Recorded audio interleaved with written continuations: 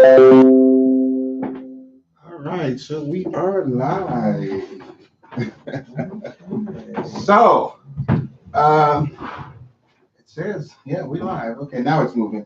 Hey, everybody. For those who have probably never seen us before, this is the Let's Stay Together talk show. We are supporting the NAACP boycott against Facebook. We typically air our show live on Facebook. We're hoping that some of our people can still find us here on YouTube, but we are supporting the NAACP's decision to boycott Facebook. If you haven't heard, Facebook allowed the Russians to actually pilfer and contact a lot of African Americans between the ages of 19 to 24, 25, they were saying, and sent out, uh, hundreds of thousands, actually millions of emails and stuff to them in regards to trying to get African Americans to not vote. That was the issue that we had. They got about 1.2 million people to see all these trolls that was coming out. And so the NAACP has decided that they wanted to boycott Facebook in regards to this. So today we are agreeing with the NAACP and deciding to boycott as well. Let's Stay Together talk show is a Christian talk show. We talk about things that are taboo to the church. Today we're going to be talking about seeing things differently in your relationship. We have something called the Next Stop. It's going to be talking about three things Christians do that non-Christians despise. It's going to be talking about people being hypocritical as Christians. I just ran into a situation like that as well. Making marriage work. We talk to married people. We're going to be talking about how to handle holidays after marriage. So when you finally get married to each other, when do you make the decision on whose family you go to first? Maybe you're out of town. We're going to be talking about that. And we're talking about something called Christian criticism. One of the fun things that we do here is basically allowing people to just make the decision if they want to be a Christian or not. I got to get ready to get on because it's almost time to get on. So stay with us as we're checking this out. I've got to get on here. Tracy is probably a little bit mad at me because she's got to do a couple of things a little different. Okay. And so I'm just going to make sure we are on here. Where? On this thing. It's on YouTube or Facebook? No, YouTube. You said don't go on Facebook. Because you have to subscribe. Do you? Yeah. Okay. Thank you for listening to Soul Radio. The opinions expressed in this program are those of the host and the guest.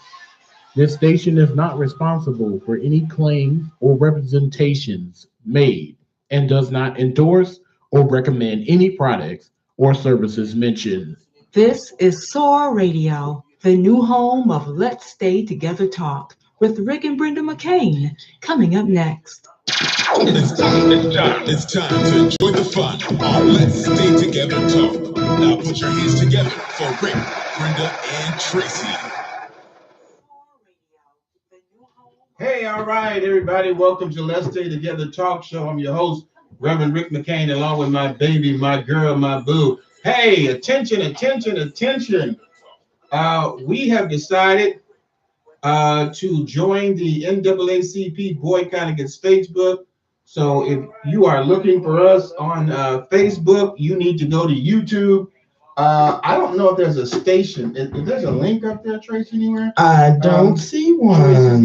We're gonna have to look and see if there's a link to go with this as well. Yeah, I'm gonna Google some stuff. Tracy's gonna be doing some things for us as well. What you gotta say, baby? But how quickly I went to it, just go to youtube.com and type in Let's Stay Together Talk, and that pulled it right up. Right. Yeah, but you're talking to YouTube people, not Facebook people. Oh, Yeah. you Facebook people. I'm gonna take care of Facebook people in a second. Tracy's got us covered on that. So once again, this is Let's Stay Together Talk Show. We have decided that we're going to join the NAACP decision to boycott Facebook. NAACP, if you go to NAACP.org, the first thing you're going to see out there is them saying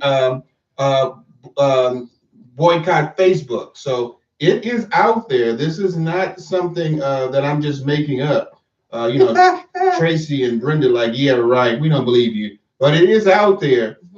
So you've got to look it up. They are asking. Not only are they asking people as of today to boycott Facebook, they're saying they want you to boycott Facebook and Instagram until Christmas. Now I know some of y'all people ain't gonna do that, but pick a day, at least pick a day. And they're asking you to sign out of Facebook. So you pick that. I know some of y'all like, Facebook is like a lifeline to you. Breathing Facebook is almost the same thing, but we need to set a precedence. One of the things that I agree to join this because NAACP has always been very instrumental and vital to the rights for African Americans and fighting for the rights and equality for African Americans. And so I am very big on making sure that we have the same equality, not that we're over someone, but we're equal to someone.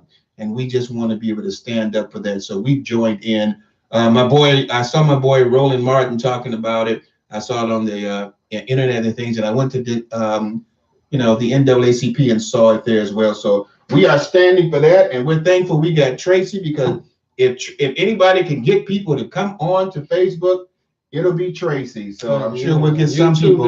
I'm gonna try, y'all. Coming. So we got some people there already, so that's good. It might just be you and her, Brenda. Oh, yeah, I think so. So hey, we're gonna go on with the show. We probably figured we won't get as many of our Facebook people to transcend over because it's such a short notice. But this is for a purpose. It's not that we can, we get people to see the show. This is for a purpose of standing up for something that's very important. So, hey, we're going to go to our Christian and criticism.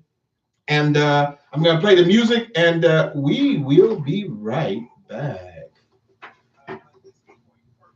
From real Christians, get ready for Christian or criticism. Brenda and Tracy, let's see if there's any real Christians in the house.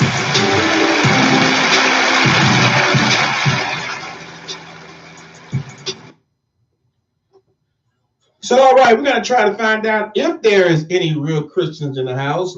Those of you all are looking at us now on YouTube, we have this thing called Christian and criticism. We just basically talk about things that most Christians don't talk about, and we want to get your opinion about it. So, baby, what is the Christian and criticism for the day? Your child is graduating from high school, and she's been praying that her father, who lives in another state, will be able to come to the graduation. Her father, who lives in the same state, calls and says, since this is a significant event in his daughter's life, he wants to attend the graduation and tell her he is her father, which is a problem since you never told your daughter that he was the real father. What do you do? 1, tell him no, he can't attend the graduation. 2, allow him to come only if he doesn't tell her he's her dad. 3, talk to your daughter and finally tell her the truth before he does. 4, allow her real father to come and tell her without interfering. What do you think, Tracy? Absolutely. Number 3, I mean, it was a hard decision to make because I never would have let it got that far. I totally believe people should know who their fathers are regardless of the situation. So have to pick one of those, it would definitely be number 3.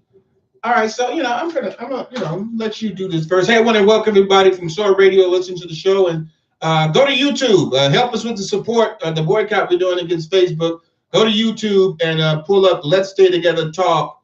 It comes right up. You'll see it there. It'll say live. So you may have to subscribe to us, Tracy, something, but yeah, someone did, and I apologize.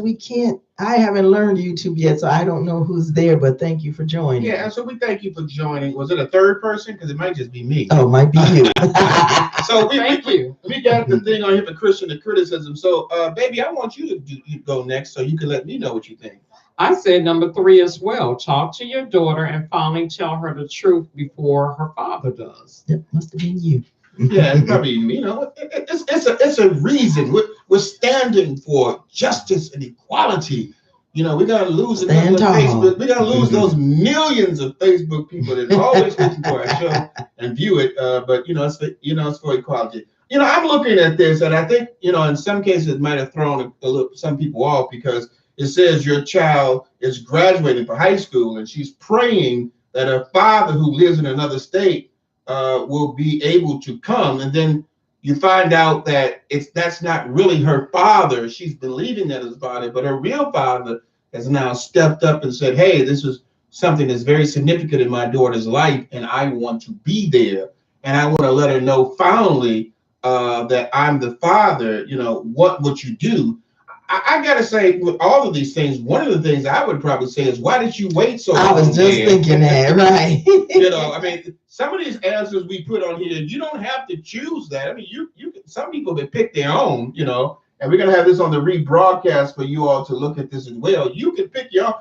Pops, why did it take you so long? She's got to at least be 16 or 17 years old. Usually 18 if she's graduating, 17, 18. Yeah, about that old, and so, she could be a band student, But what, when you think about I'm not finished, but go ahead, Brenda. You pause. No, see, all you got to do is pause with Brenda. Mm-hmm. You don't have to, it's like if you breathe, she's ready to jump in. Yeah, go ahead. So basically, when I'm looking at this, the answer is tell him no, you can't attend. If I'm the father, you can't tell me no. Now, I may not be able to get a ticket, right, but I'm still going to go where the graduation is, Allow him to come only if he doesn't tell the dad. Now, that one I can kind of understand a little.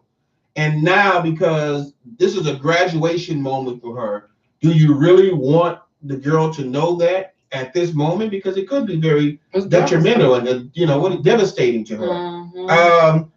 But I agree with you all. I would pick 3 where it says, talk to your daughter and finally tell her the truth before he does. And it's, but I would almost, if I haven't done that, here's the thing I say, if I haven't done it in 17 years, why am I doing it now? Am I only doing it because I'm being forced to? So I'm leaning to 4 a little bit too, because it says, allow her real father to come and tell her without interfering. But again, I'm going to go with 3 because I think that's the best course of action. What you get? It's so many dynamics to this, though, because it's a personal thing between the mother and father that the mother felt as though, I don't want you around, your dad be dead, or he could have been incarcerated. You never know. But the point of the matter is, if that's his child, he should have known. But she took the precedence and said, I'm controlling this. I'm the parent that's rearing her. I choose not to have you in her life. And for those fathers out there, that's so typical. It's just like I'm not saying what race, but your child is doing an achievement. Yeah, I'm going to step up now. I want to be a part of the accolades, which is wrong. And it would make you even more upset. Where have you been for 18 years that you couldn't, even if your ex told you could be allowed to be in your child's life? Where have you been then? But now your chest stuck out like a peacock for that proud moment. I want to be a part of that. So it is kind of hard on both ends, but a child should really know who her parents are, regardless of how the 2 adults feel about one another. Yeah, and I can basically say now, it was flipped around and the real father was out of state and the other father was here. I can see why the father may have not been around as much because he's far away. He's not in the same vicinity. Mm-hmm. But I mean, they got airplanes, they got cars, they got trains. You can get to somewhere. And so I do again say, Tracy, why wasn't you there before? Why do you pick this monumental situation? Sweet 16 was a monumental thing for a young lady. Going to high school was a monumental thing. And not that it's an excuse. Maybe she didn't have any monumental situations where he could come. And like you say, you saying Sweet 16 and this, that, and the other, but she graduated from 8th grade. Well, I was gonna say that, but everybody doesn't have that. And like you say, if you called me up and said, hey, I want to come to my daughter's 8th grade graduation, I said, well, I don't have a ticket for you. And it's no excuse though. No, it's no excuse for him not to be there. That in itself, he should have the opportunity to be there. Now, here's the thing that we don't have there. Tell the daughter and ask her what she thinks. Would she want him there? That's given that she told the mother told her. Well, I have to let what the part I don't have in there is that the mother tells the daughter about the real father, and see if she wants him there. She may say, if it were me, I'd probably say no. Yeah, And I know that sounds weird. Well, I don't want to meet my father for the first time at my high school graduation. and that's what I'm saying. You know, is it something that she wants? None of the questions looked at it from her standpoint. Is this the time that I want to meet him? I'd probably say, hey, no, let the person, that's been there, for me the most, be there, and I can just kind of deal with a relationship with him later. So you never know how that's going to be. But again, the mother does need to come forth and now tell the daughter. Now, do anyone of you all have any issues with the mother just not telling her daughter at all and just letting the graduation go by? Absolutely, I do. Can you elaborate?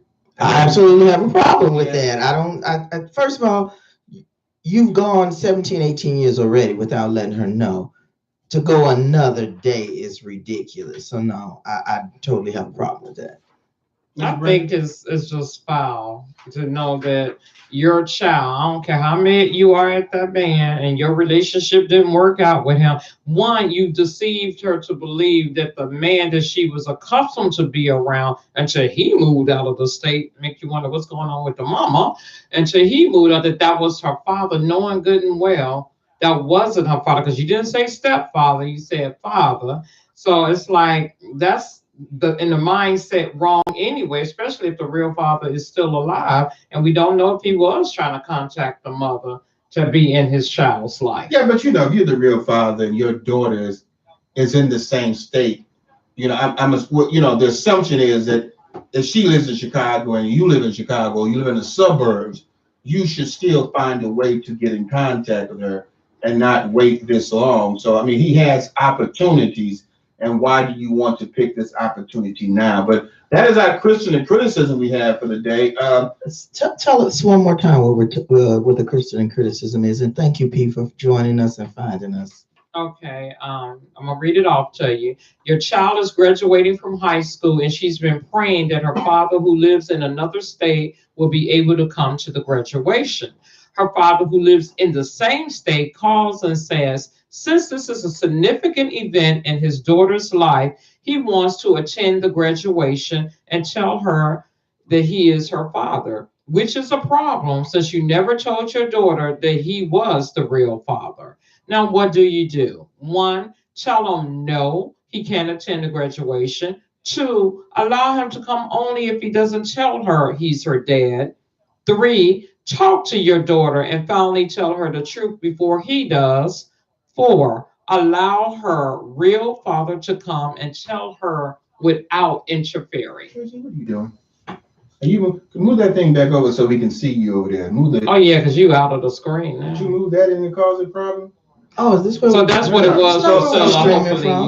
Because it moves somehow. I don't know how. Hey, so I'm gonna work on getting this YouTube thing together. But we're gonna go into our music for today. I didn't print that thing out, so I'm gonna read it from here. So our music we're gonna be talking about today is going to be we're gonna do some Donald Lawrence, I believe here. Hey, let me just play the music for you. We're gonna be doing, I think, a back-to-back Donald Lawrence here. We're gonna be Let the Word Do the Work and Back to Eden. Hey, this is Let's Stay Together show. We are joining NAACP today and boycotting Facebook. So if you're looking for us on Facebook Live, you're gonna have to go to YouTube. We hope you find us there. It's about a principle that we're doing. So listen up to this music that we're gonna be playing on the radio, and we'll do some talking on YouTube Live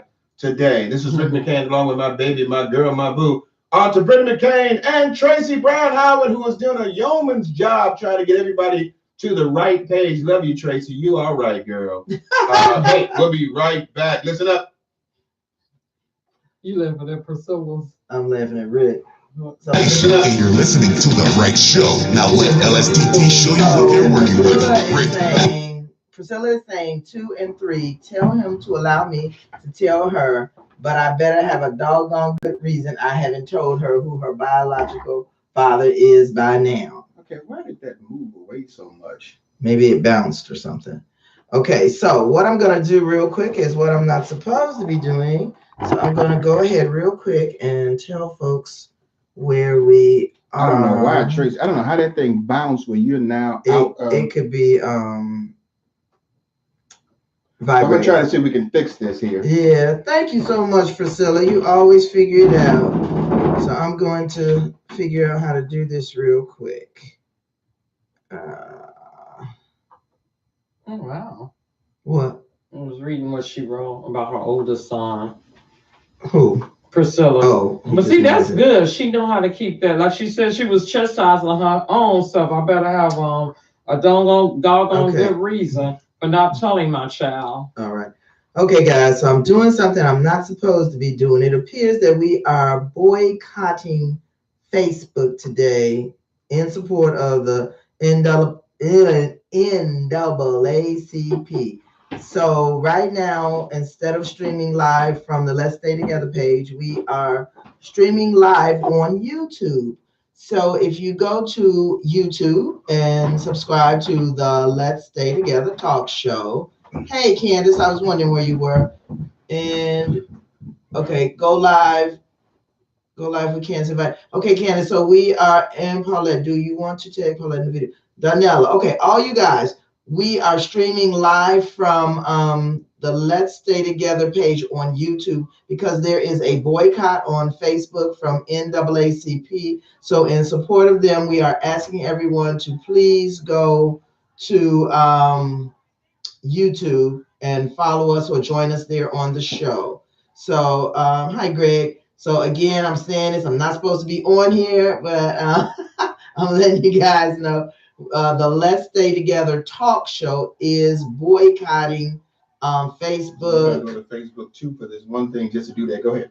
Is boycotting Facebook. So we're asking you guys to go to YouTube and join us at the Let's Stay Together talk show. Real easy. You know, we thank Priscilla for finding us.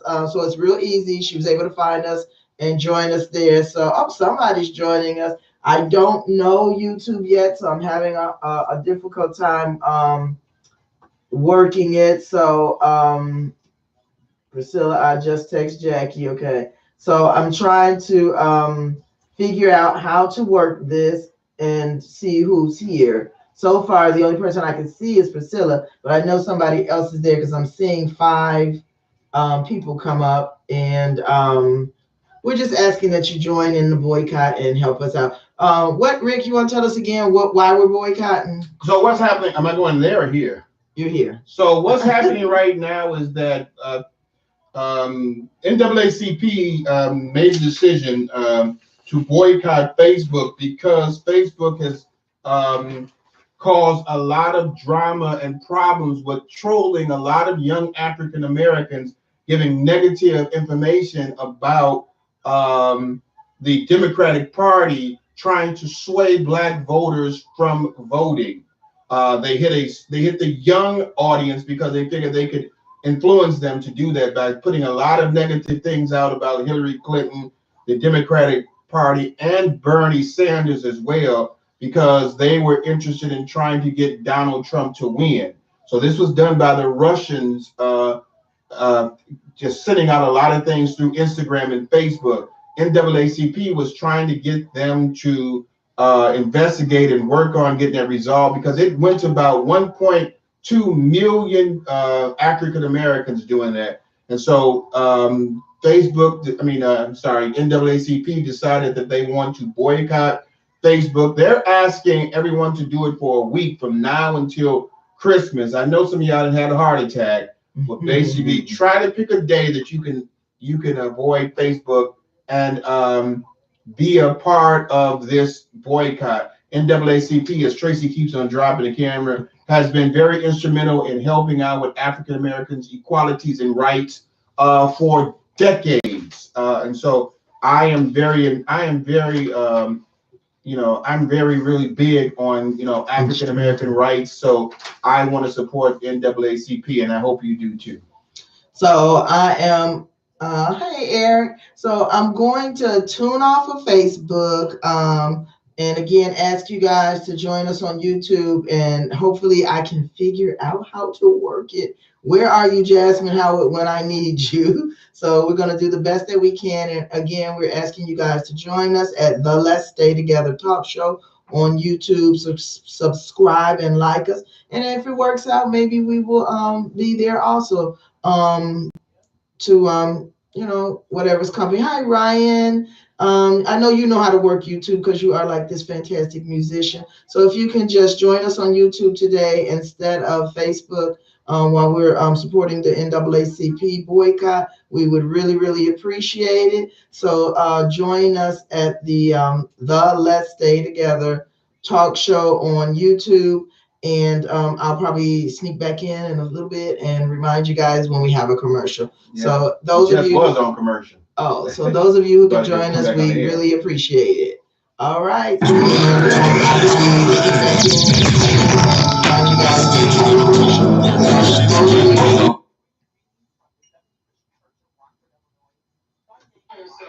Hey everybody, welcome back to Let's Stay Together Talk Show. Your host, Reverend Rick McCain, along with my baby, my girl, my boo. We're having some fun here, trying to stand with this boycott that we're doing against Facebook. And I really appreciate the work that Tracy is doing over there on the Facebook. And Brenda's also did some work and sending out some things and letting people know. And I put something on Facebook yesterday for boycotting Facebook. NAACP has requested African Americans to boycott Facebook. We are doing that today for our show. We want to thank some of our people who are on Facebook who rejoin us religiously, who was able to find us on YouTube. We love you. Yeah, Priscilla's amazing. We need to find a way to see everybody's name. I think, Tracy, you got more names on there now, don't you? I don't.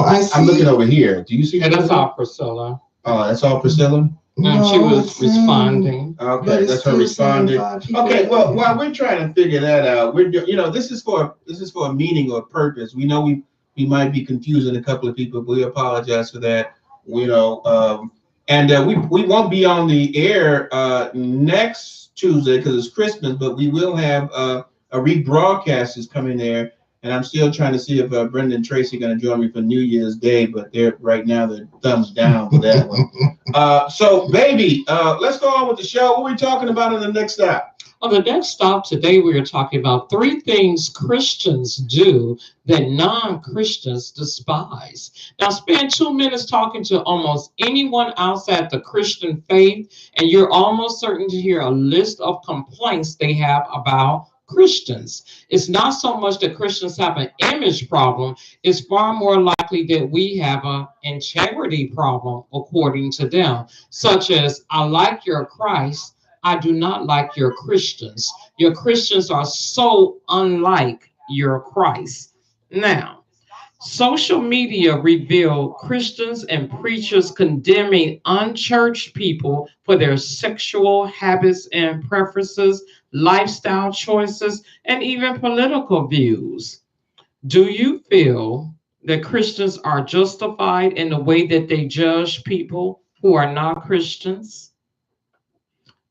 No, I don't, because then we're doing exactly what we're saying we're not supposed to do. So if we're supposed to be a Christian and we don't judge people, but then we're judging people who are not like us or who we don't agree with, then we're being unchristian-like. That's my opinion.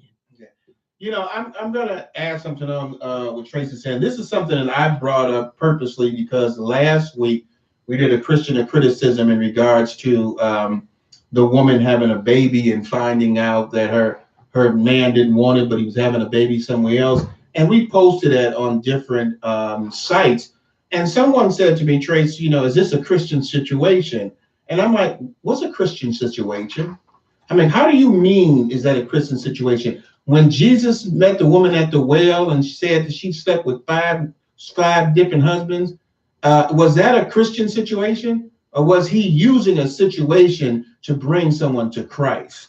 And I think sometimes Christians could be so hypocritical in trying to make it seem like this is something that we didn't go through. We all sin and fall short of the glory of God. Absolutely. So Christians indeed can be hypocritical And toward your question, which I didn't forget because I went on a Bender rampages. What did you say the question was so I can answer that? Do you feel that Christians are justified in the way that they judge people who are not Christians? And what Tracy said, I agree. I mean, how do you bring someone to Christ in judgment?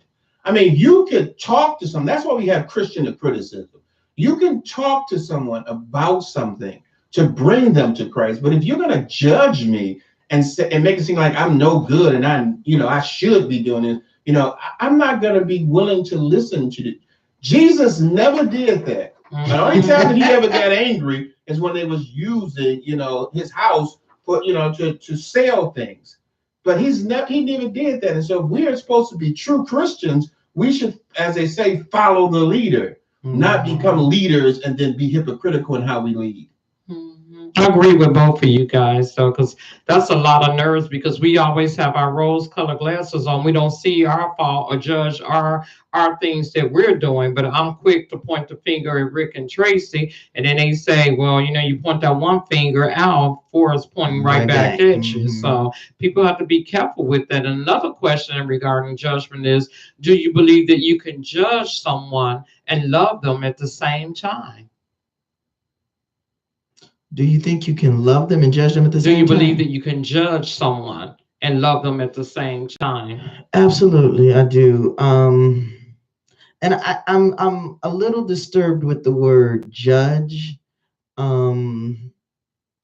I feel like I'm gonna love you regardless. So I may have my opinions, which is probably what people mean by judge. I'm gonna have my opinions. I'm gonna give my opinions, but I still love you. So I think we can. Yeah, they go hand in hand and kind of in a way, but like you said, the word judge is kind of harsh, but that's the way non-Christians view Christians as being so judgmental with everything, pointing out their flaws. Do you agree with that, Mr. Rick? Yeah, of course, I believe you can love someone and judge them. I mean, we do that all the time in relationships. We can be sometimes very judgmental in relationships with the people that we love, and even more so against the people that we love. But here's the thing we're talking about. We're talking about a Christian talking to a non-Christian. We're not supposed to, as followers of Christ, to be judgmental. We're supposed to leave judgment to the Lord. And so all we're supposed to do is see that situation and find something that can help bring that person to Christ. I don't care if you was a hooker out on the streets, a bum, something like that. We want to take the situation and make it seem like, well, I can't love that. I can't talk to that person. Well, that's not what Christ does. And so, sure, we can love someone and still, be judgmental against them, judge them. But the thing is as Christians, we're supposed to remove judgment out of the way and allow the Lord to be the judger of that. Because if the Lord can say to someone, go away and sin no more, who are we to sit there and say, no, we're going to judge you for your sins? Absolutely. Two things. One, Priscilla's explained to me that there could be people that are watching, which is why we're seeing the numbers. But if you're not logged into your YouTube account, we can't see who you are.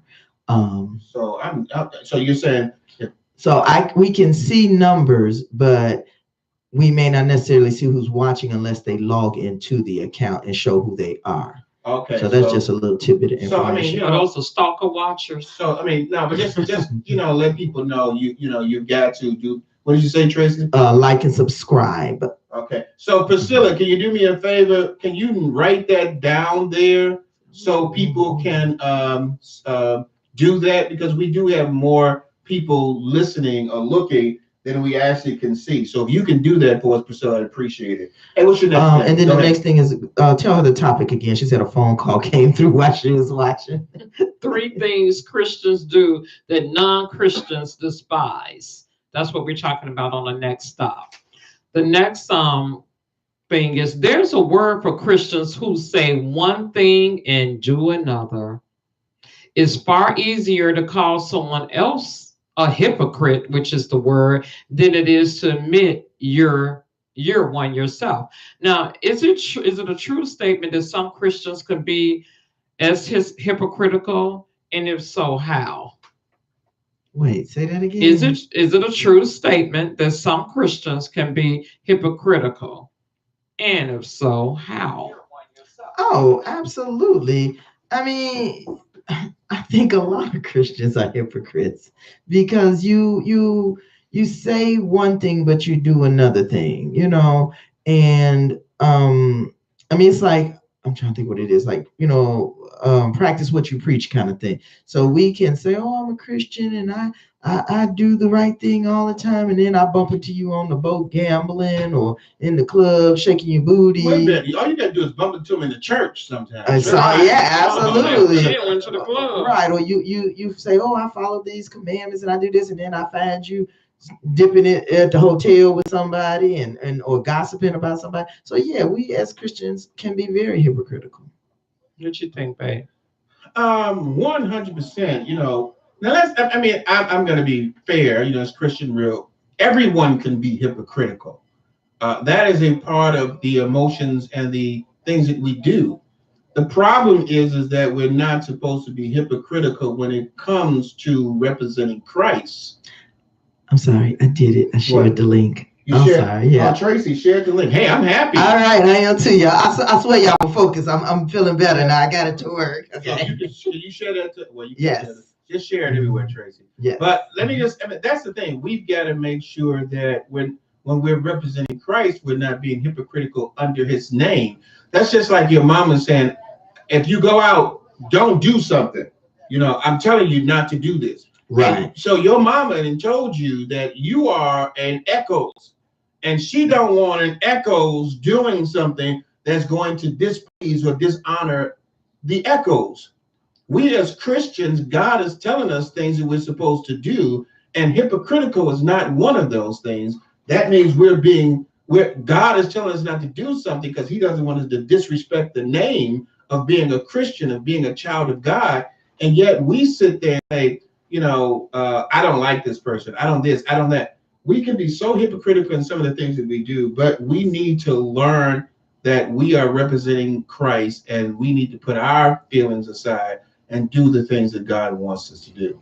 That's basically like one of the number one reasons why non-Christians say they don't go to church, because the church is filled with a lot of hypocrites. And I'm not saying it's all true, but we know it's a lot of truth in that, because it's a lot of people it's that syndrome, do as I say, not as I do type of thing, that, oh, I'm a Christian and I'm wearing the title like I'm so big and broad that I have no sins on me. But like Tracy had mentioned, if she was that non-Christian and she was out, at a gambling place, what you doing here? You professing to be all the high roller, the holy roller or whatever.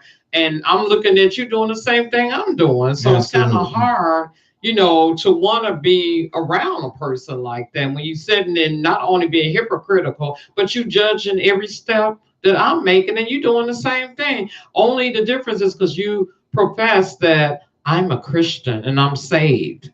So that's kind of bad there. But moving on to the next one is stink at friendship. Now, the obstacle between non-Christians and Christians is that relatively few Christians actively pursue meaningful friendships with people who don't share their faith. Is that a fair statement to make, Tracy?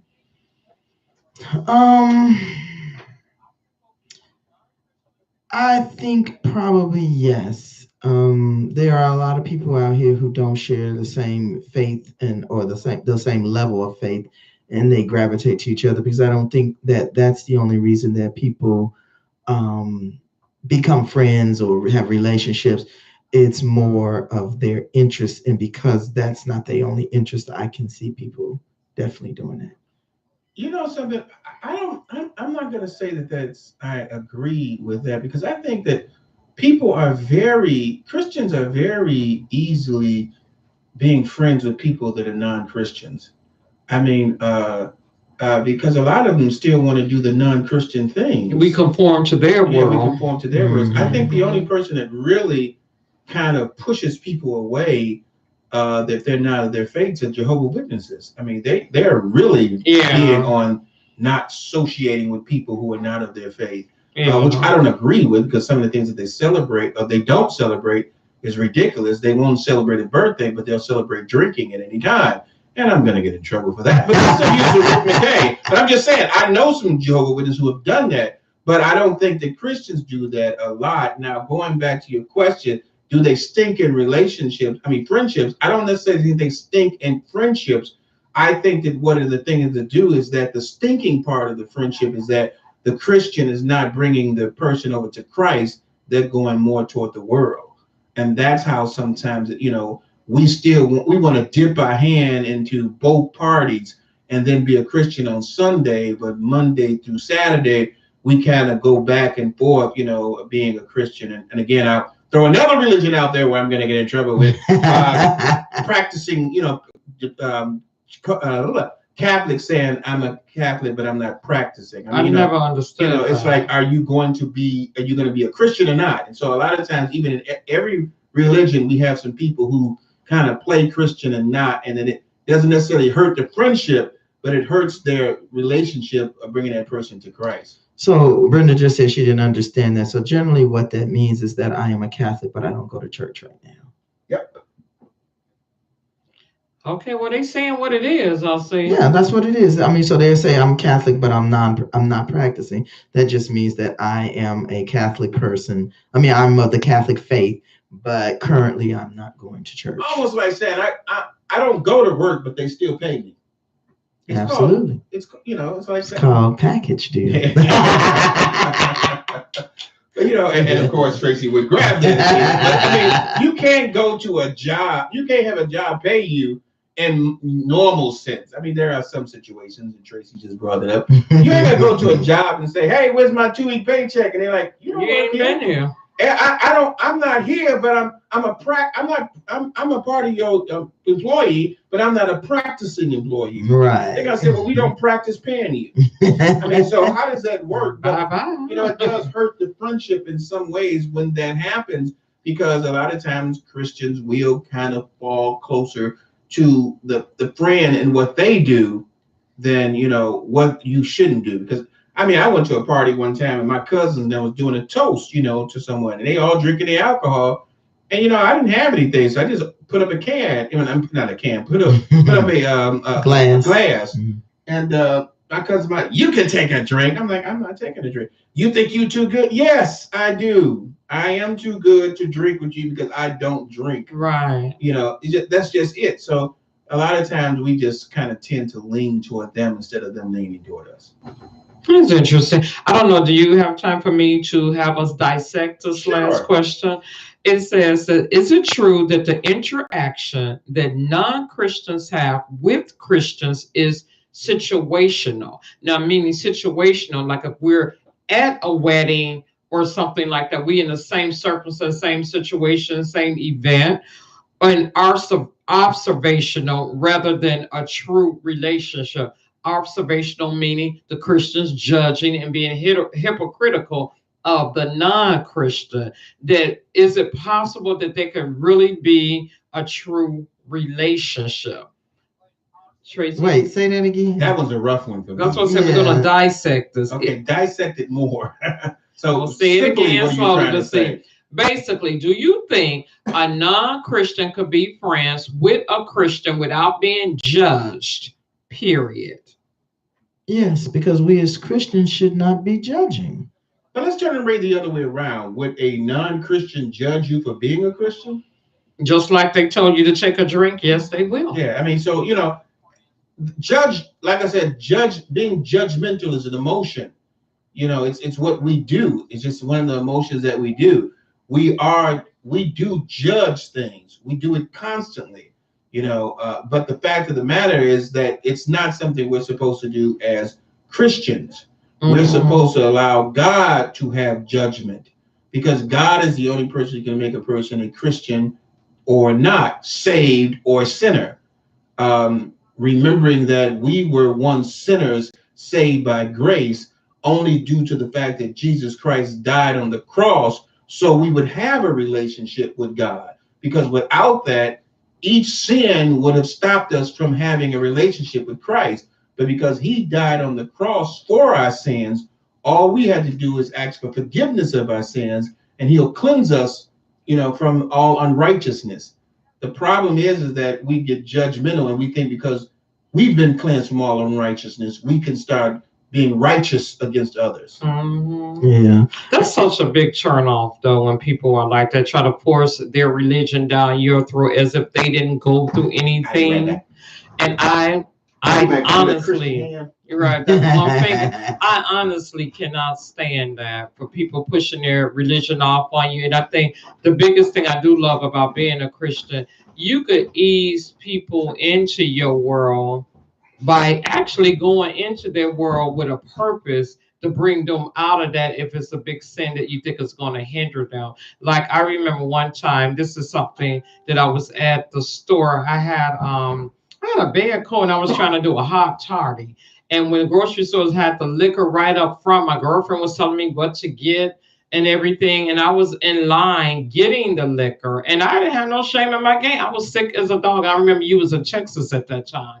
And this girl went back and told everybody at our previous church how she a preacher's wife and she in line getting liquor. And one of my friends stood up for me and said, do you know the reason why she was getting that? Did you ask or you did you ask or you automatically accused her of being a sinner and stuff? And she automatically accused me. So we have to stop being judgmental on stuff, because I held that whiskey real good that night, got rid of all that cold. Yeah, and that AA person helped you out pretty good too. Remember that thing stayed in our refrigerator for almost a year because I used it for that purpose only. Yeah, we poured it out. I mean, people sometimes will get us some champagne or something like that, and it just sits there. And like, how long has this thing been in this refrigerator? Yeah. Because we're not drinkers. Now that doesn't make us better Christians. No. I just didn't, I never did get into drinking. But you could be a non-Christian and not drink. So, Yeah, I mean, right, but nobody would judge them. I mean, but Yeah, they do. Oh, if you're non-Christian and don't drink? Yeah. Well, I mean, well, again, we're talking about people being judgmental, but I mean, you gotta judge people about everything. They're gonna judge you, but she shouldn't be wearing that at the church. You don't know what kind of clothes she got. And then you don't know if she coming out of where she been. If she just recently joined the church and she was a clubber, but now she's coming to God and she ain't got no other clothes, and I'm just using she because brothers do the same thing. Pimp clothes. You don't know that instead of judging her, just say, hey, at least she's here. Yeah, now if it's 15 years later, eyebrows will be raised like, whoa, she's still wearing that. But I mean, it is what it is. And this is the thing about come as you are at churches. Sometimes we get a little bit carried away with, and we don't want you having Daisy Dukes on when you come into the church. But have on, if someone had on some torn blue jeans, I wouldn't get offended about that. I'm just saying, hey, just make sure it's torn in the knee.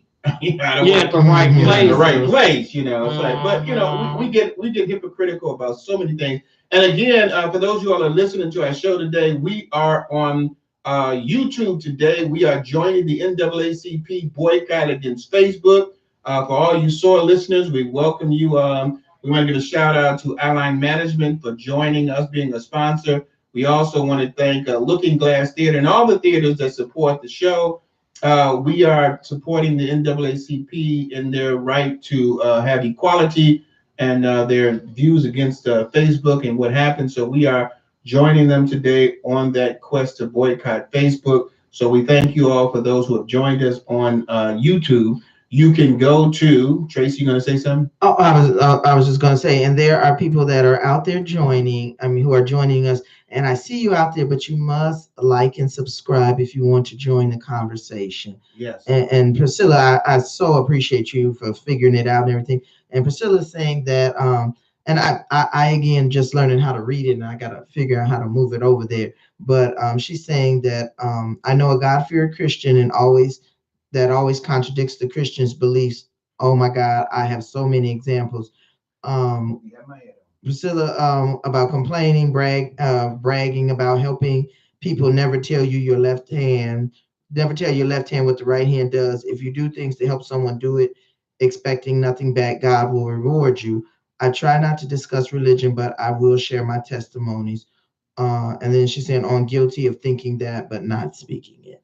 So all of y'all out there on Facebook, just we can't see you yet. You have to subscribe to the Let's Stay Together Talk thing, and then it'll allow us to see you. So, hey, do that for us so you can join us here. We appreciate you just looking and listening right now. But we always enjoy your conversation with us. So, Priscilla did put that on there, how they can subscribe. If she didn't, all you got to do is hit the subscribe button. Yeah, it tells you that. Yeah. So there's a subscribe button down there that you can hit. I'm actually on the page right now. I don't really see anything, but I'm agree with Tracy. I think she knows more about it than I do right now. So it might not have. I may not have to subscribe because it's it's you. It's me, right? Mm-hmm. So but I had to. So again, we're talking about Christian and criticism. I'm not Christian and criticism. We're talking about the next stop, and this is something I brought up purposely because we've had some people who were basically being very hypocritical about some things that we put out there. Christian and criticism. Christian and criticism, for those of you all are looking on YouTube, and we're going to put the rebroadcast out there. Basically, it's just talking about things that are taboo to the church or things that we should be talking about to bring people to Christ. There is no Christian situation other than are you paying your tithes, maybe, are you coming to church? But every situation should be used as a way to bring something to Christ. That's what God did. That's what Jesus did when he was here. He used everyday situations at that time to bring people to Christ, to let them know about Christianity, about being saved, about salvation. There was no Christian situation. He made every situation a Christian situation because he was bringing them closer to God. And so we had some people that complained about, is this a Christian situation? And I actually went off and I put on my, my page, I'm sick of these hypocritical Christians who forget that they, were once sinners saved by grace. We've got to remember that. I mean, our job as Christians is to bring the lost to Christ. Can I ask you something? You can say something.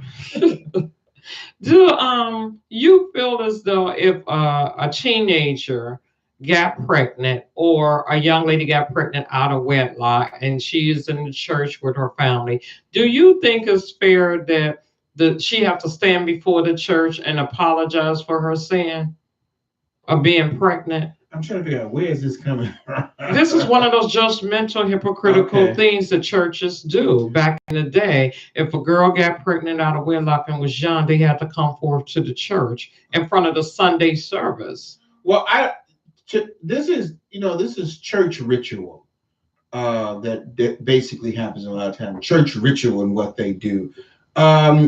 Jesus answered that question again. I'm gonna use that when the woman they want to stone the woman. And because of the sins that she did. And what did Jesus say? He without sin cast the first stone. So now we're asking sinners who are saved to judge a sinner or a saved person for their sins in public so they can embarrass them. Now, the Bible does talk about, if you put an oath against a brother, you go to that brother. Then if that brother, doesn't agree, you take it to the church. And if he still does it, excommunication. That has nothing to do with this situation. Church ordinance and church things that people do goes a lot of times against what Christ would do. And so for your answer to that, if somebody told me my daughter's got to come up in front of somebody to do something like that, we go into another church because she's done something wrong. She's sinned. Now you can go to the pastor and ask, for forgiveness, but the only person you got to ask for forgiveness of sin is Christ, not the pastor, not the preacher, not the church. It's Christ. He's the one that says, though you are red as crimson, I'll make you white as snow, not the church. How you feel about that, Tracy? I mean, I agree. I mean, I've had situations where, like he said, I've had to leave churches because of things that they did not feel I was right about, and I left the church, because I didn't agree with it. And before we go on, I just want to say hi to Mary. Thank you for joining. And hi, Ethan. I'm so glad you could find YouTube. YouTube, Ethan These and babies Cameron smart. they are Wow. on YouTube every Oh, my single God. Can day. y'all teach us? I have someone I need you to help me with, Ethan. So Mary is watching and Ethan is watching, but him and Alright. Cameron watch YouTube every day. Wow, well, we know who the IT people we need. Yeah. Get them there. So we appreciate you all joining us here. We've got about a few more minutes, I think. I'm kind of like trying to put this thing together. Did that kind of ask? I mean, Tracy. I mean, do you agree that that's not something that that a church should do under the Word of God? Absolutely. I mean, and it was very hurtful when it happened. And I mean, it's no secret. They felt that I was wrong because, like Brenda said, I had a baby out of wedlock, and they did not That was want. not you. No, I'm just saying they did not want to baptize my baby, and so they didn't ask Wait a minute, me they to took leave. it down to the baby?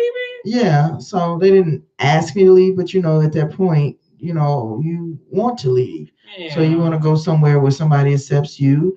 And I'm not going to say I sinned. That accepts the fact that you had a baby and you didn't have a husband.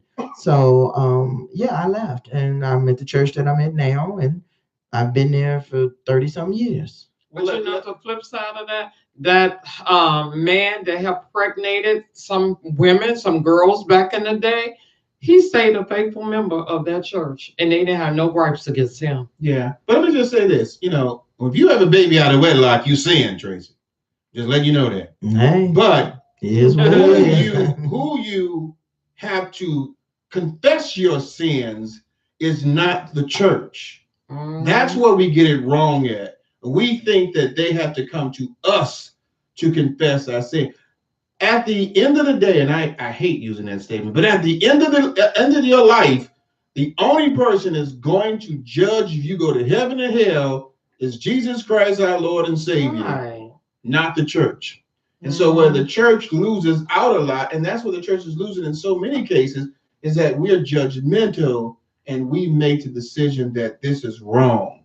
And we need to open up our minds and say, hey, I'm going to tell you something. This is just me. I don't believe in homosexuality, but I don't believe that you should stop them from coming from the church. Allow God to be the one that's going to change the individual, not the church. But there are churches that will say we're not going to let them in the church. Yeah. Who among us have not sinned? Allow the person. Now, I don't want anybody in the church kissing each other while they're in the church. I don't care if you're married or not. This ain't what you're here for. Yeah. But when you start saying, I don't want this person in the church, then you're now saying that God can't change that person from their sins. And in the Word of God, certain things are a sin that people don't want to agree with, and that's okay. It's still not me to be the judge. If you walk into that church and you want to hear the Word of God, God bless you.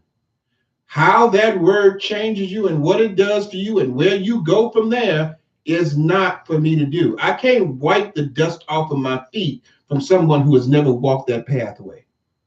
It's very hard for me to wipe the dust off my feet from someone who's never walked that pathway, meaning I can't tell somebody no, they can't come if I'm already stopping them from coming. Yeah. Tracy, what you got to say? What you got to say, Willis? Hey, everyone is welcome. That's all I got to say. And again, thank you guys for joining. Even if you don't want to join the chat, just say hey so we'll know who's here. Hey, we got to go on. I'm going to play the McCain Train music. We're having Adrian Lewis streaming. That was a good conversation. I'm trying to get Tracy a little bit more into it because when Tracy's into it, we have a ball, I'm in. This is new for me. She didn't want her puff pass. This is new, so I'm trying to get it together. Yeah. We got a good one for you after you come back. Okay, she got a good one for who? You. Okay, well, Priscilla, we're gonna come back to that because we're gonna play this music and we got a couple commercials and we'll be right back. Hey, y'all, follow Priscilla on this Facebook. She's telling y'all how to do it. All you got at Facebook. I'm sorry, YouTube. We're boycotting Facebook for the NAACP, but Priscilla is letting you know. You go to YouTube and you go to Let's Stay Together Talk. If you subscribe, we will be able to see your messages. Cameron has done it. Ethan has done it. And is it Ethan on him? Yeah. Ethan is what, about 6? 8. 8? But an 8-year-old can be able to do it, Something for him. well, I ain't gonna say an 8-year-old do it. You can do it because Ethan is pretty much advanced for an 8-year-old. Yeah. But we're gonna go ahead and listen to this music. This is the Cane Train request. We've got Mrs. Adrian Lewis Freeman and Joy Bells. Listen up, and we'll be right back. Well, I don't know if you're Jennifer or if you're Ethan, because I think Ethan's in your account. Because he says, I'm watching, Grandma, then you said I'm here too. So I assume that means both of you all are here. Yeah, so we better make sure we have Ethan appropriate language here. Ethan? Oh, Jennifer and Ethan. Hey, Jennifer and Ethan. I know you would be on YouTube anyway, Ethan. And so would your cousin if he was home. Wow. The babies will lead you. Huh? Yeah, they love YouTube and they watch it for hours on top of hours. So Right. we're competing with what's the guy's name, Ethan? The guy that toy we guy. got a light. Yeah. What's the guy's name that plays with the toys, I Ethan? just had that thing. And we know his name. Ryan. Yeah, we're competing with Ryan. Everybody's watching Ryan right now. No, we're not competing with Ryan. We're not even close to competing with Ryan. I don't think there's Parker many people. too? I don't think there's many people in the world that's been able to compete with Ryan. That boy is millions of Well, viewers. obviously Ryan, Parker, because she said there's a Parker Plays. Okay, well go ahead. He's now I told you Cody before to next to do. me. What's Cody? You gotta do the Cam Cares or Ethan effect.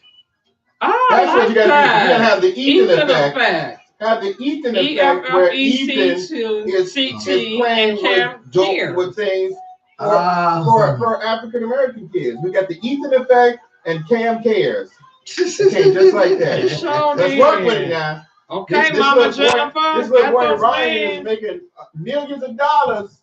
Come on, Jennifer. Well, More money. Ethan was recently in a play this last week. Oh, wow. And he was awesome. It's on Facebook. You know, we're boycotting, but he was on Facebook.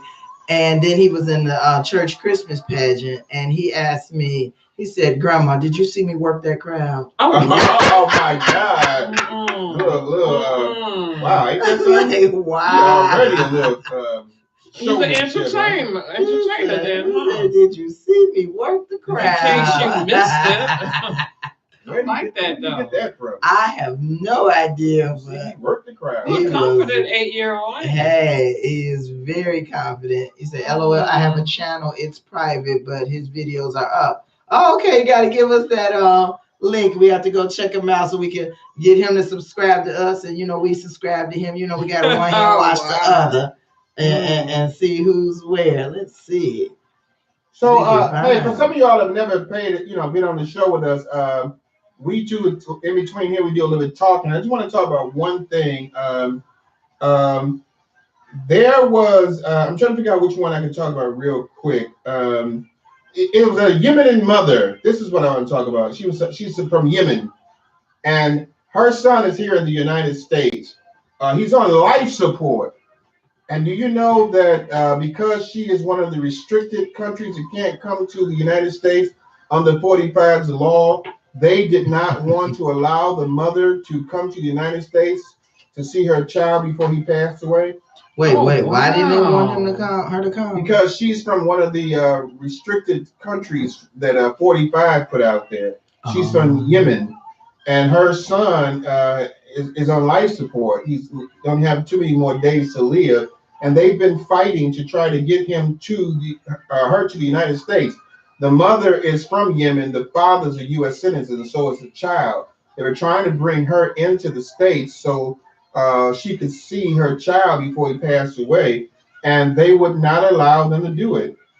She had to go through CNN before she was actually given the opportunity, Tracy, to be able to see her child. What do you think about that? I think that is totally ridiculous. And I know you're gonna probably disagree with this. I feel the same way about how when people's parents or children are passing and one or the other are in prison and they gotta come out and get permission and be shackled just to go to a funeral, and everything. I believe at that time, the most important thing is allowing those people to have closure and to see each other before it's too late.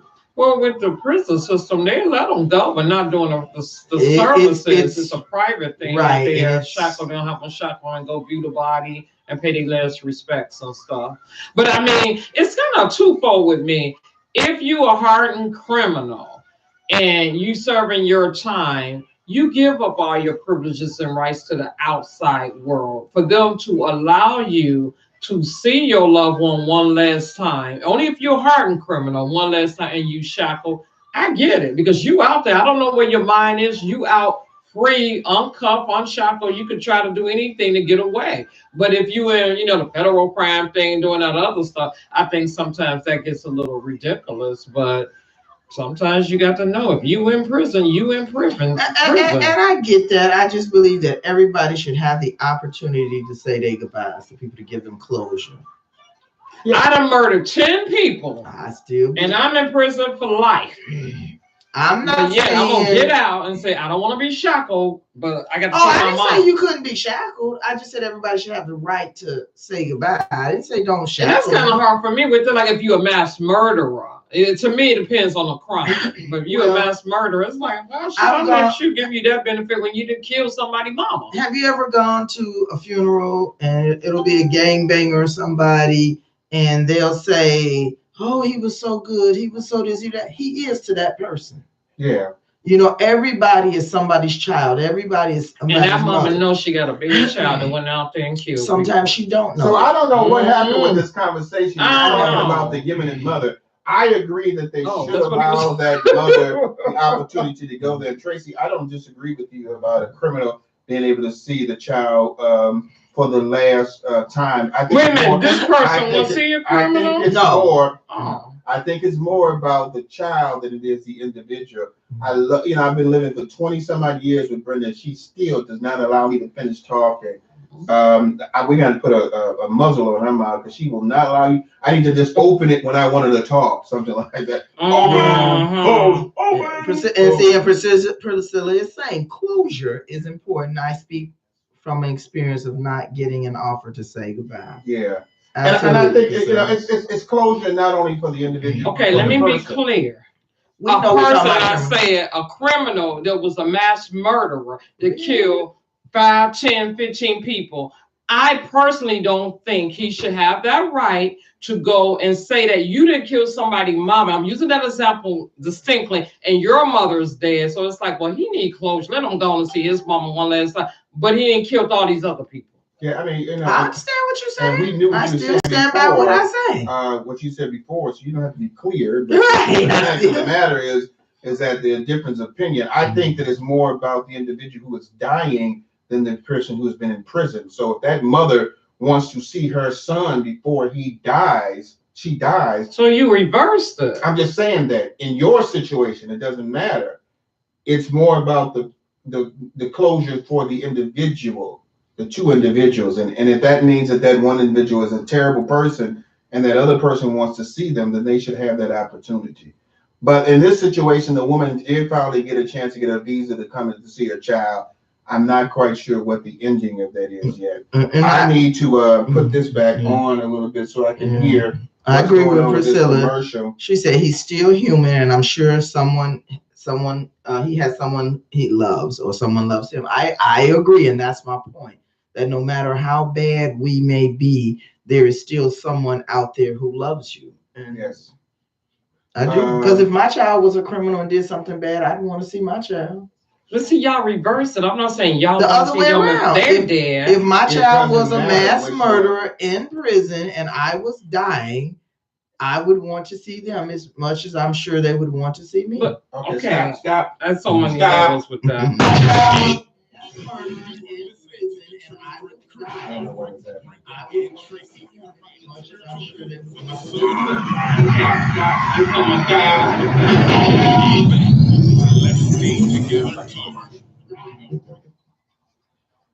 Hey, all right, everybody. Welcome back to Let's Stay Together Talk. Your host, Reverend Rick McCain, along with my baby, my girl, my boo. As always, even on YouTube, we had a very opinionated conversation in between me, Brenda, and Tracy. And so for you all that may be listening, we are boycotting Facebook. We're joining the NAACP with the boycott of Facebook. If you want to know more information about that, go to NAACP.org. You'll find out that they are boycotting Facebook, and we have decided to join that boycott today.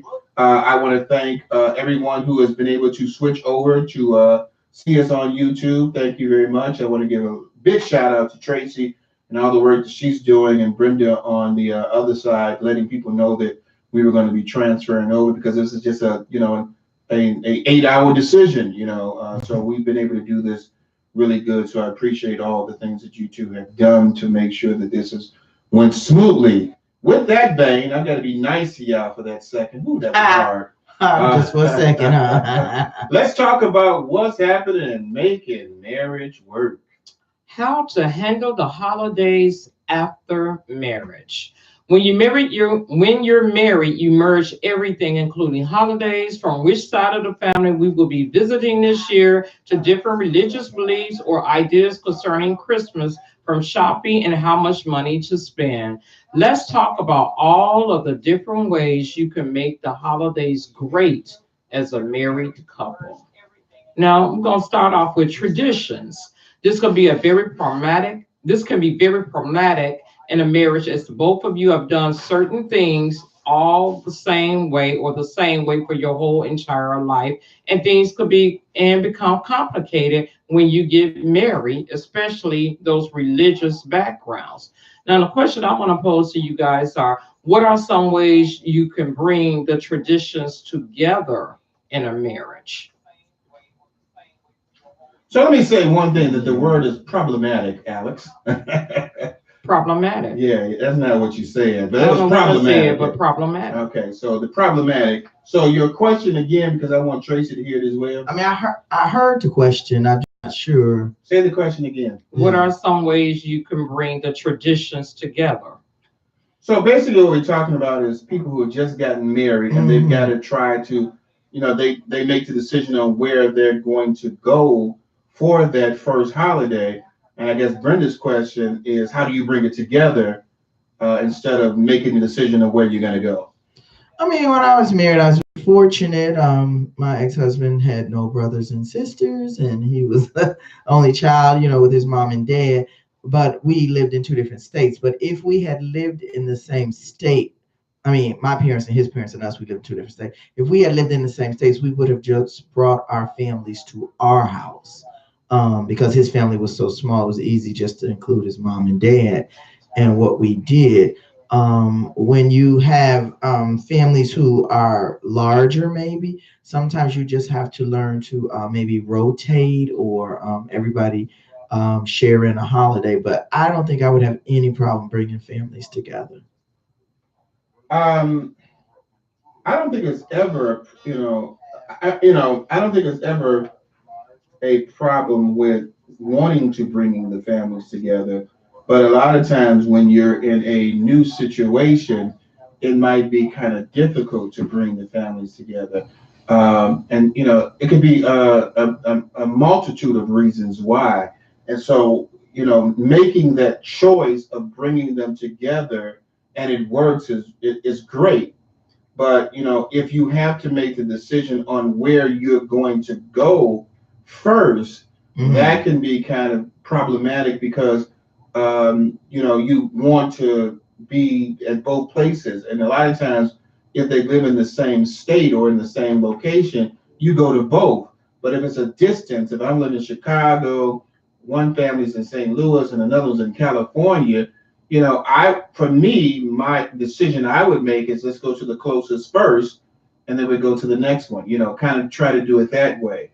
And, see, because we just got married, honey, let's go here first, which is more of a savings of money. And then we can go to the next one when we save up more money to go there. You can do something like that. But it's something you have to agree with, because it can be kind of difficult when you're trying to make the decision on where you go. Now, honestly, if I were in different states, I'd probably stay home. But that's not what the question is asking. Yeah, I mean, if we were in States, then I would just rotate. If we go to your mom's for Thanksgiving, we're gonna go to my mom's for Christmas. And let me just say this, next year I would respond to, but typically when this situation happens, the man just allows the woman to make it, because she's gonna want to go to her family first anyway. Like, okay, baby, whatever. Because you don't want to have any argument. I just got married to you. I don't want to be sitting up there arguing where we go. Where am I eating? That's all I care about. Is there food there? Can your mama cook? Okay, let's go there. Well, basically, some of the ways you could build traditions together is like you two mentioned, you compromise. It should not be one rule over another. I don't like your family, so every year and every holiday we're gonna spend it at my family. That doesn't work. You have to compromise. You have to plan ahead in your relationship, or you won't get to the holidays and say, so what we gonna do? And since you're newly married, or even if you're not newly married, plan for some new traditions. Then some things could change up over the years, and you can make that happen by setting some goals to do that. And I do know that sometimes you need to merge the family together if they're in the same state instead of running to each other's house, have a designated spot. And that's what we used to do with certain holidays. Everyone will come here because we was dividing that time, which is going to lead me to the next one. So if you can have a designated spot to spend time with each family, then who has the bigger house, then you should do that. Let me just add this before we go to the next question. I'm going to be the devil's advocate, which I'm going to enjoy this one. Do women know how to compromise?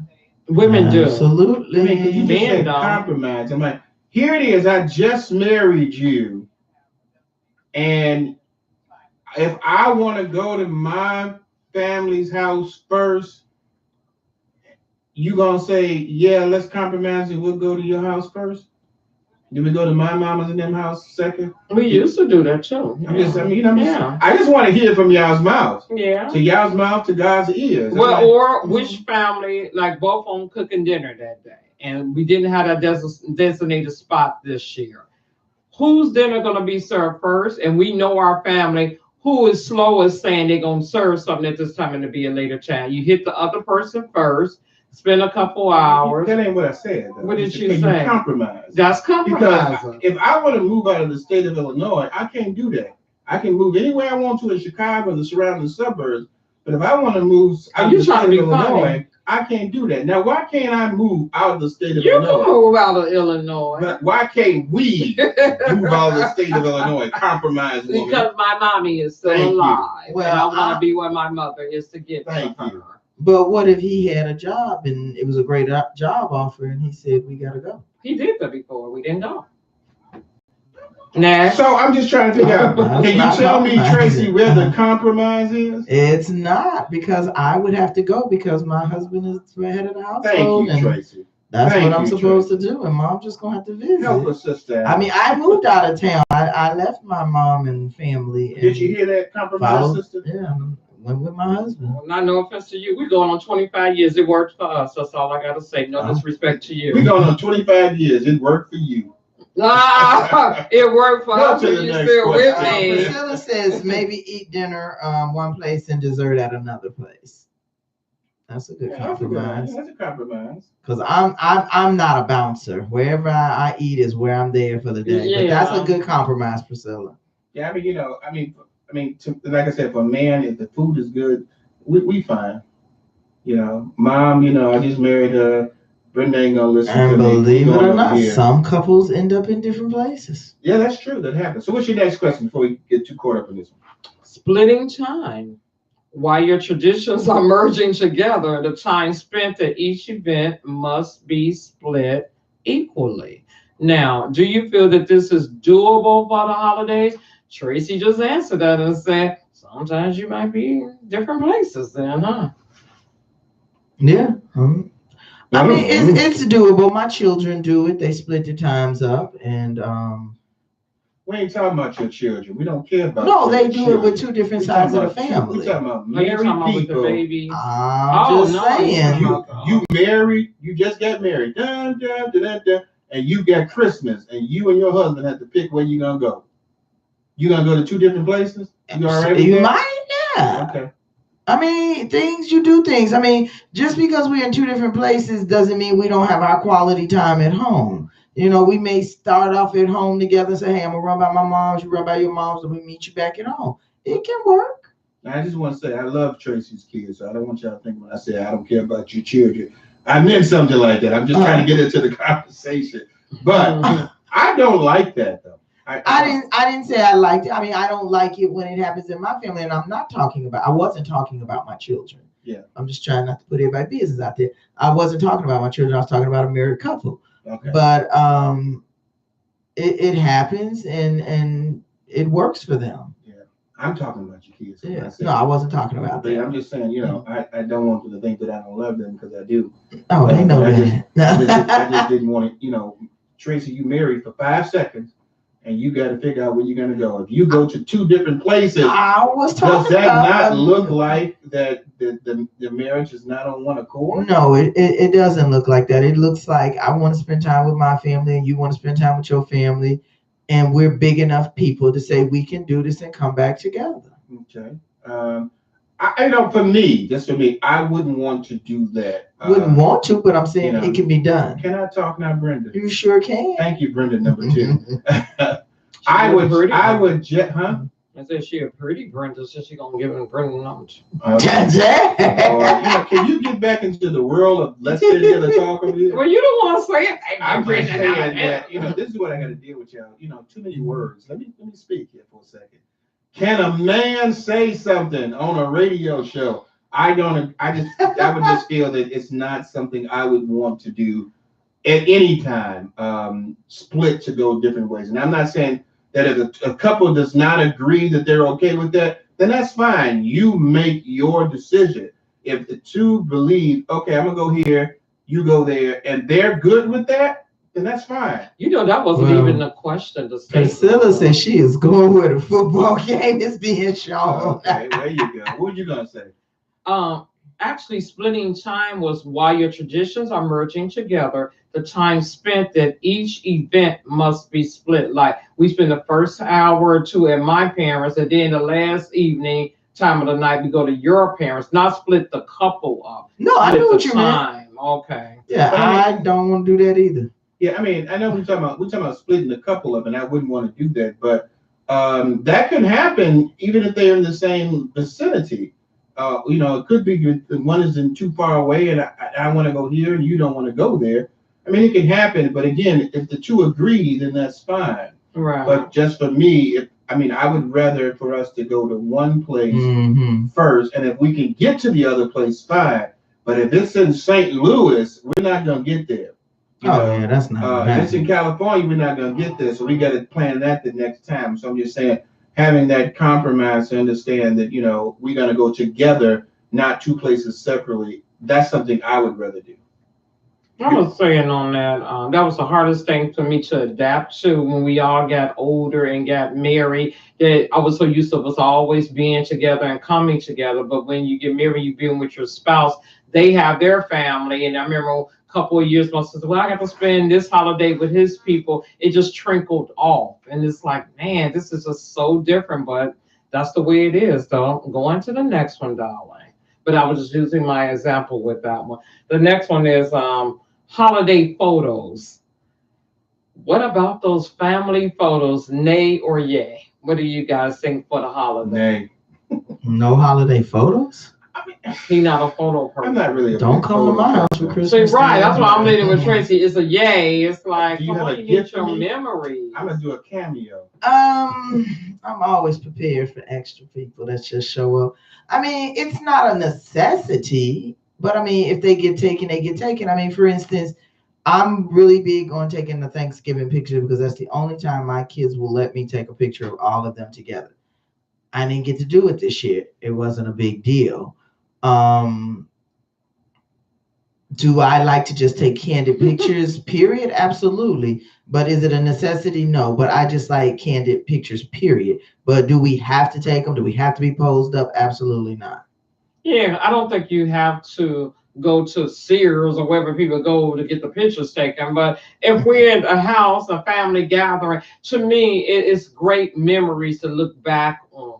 Instead of saying, oh, who was the Scrooge in that bunch? They hate to take pictures. You never get them. It's like when you look through the photo album and people still have those. Where was such and such? I remember him being there or her being there. Well, they don't like to take pictures. And not necessarily everybody like to be behind or in front of the camera. But at each holiday, I think if you're there, one picture would be a great memory. Well, Jennifer says they don't have a choice in taking photos. And Priscilla says, yes, memories.